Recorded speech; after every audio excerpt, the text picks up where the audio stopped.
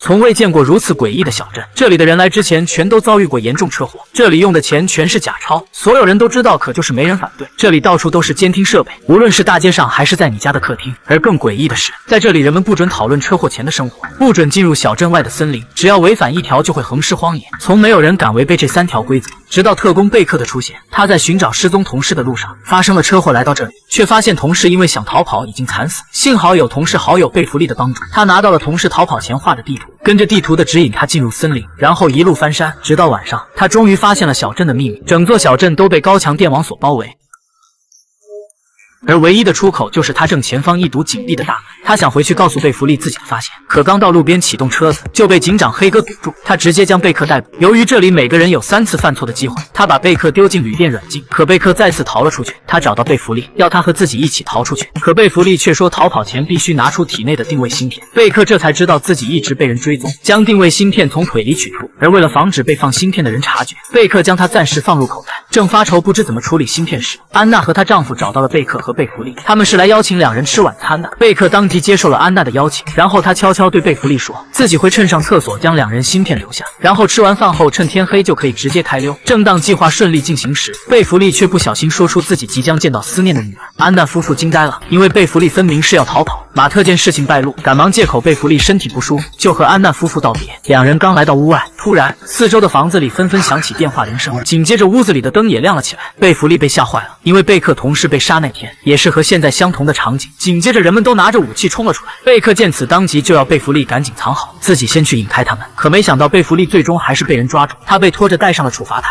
人们将他双手吊了起来。警长黑哥走了出来，把锋利的刀架在了他的脖子上。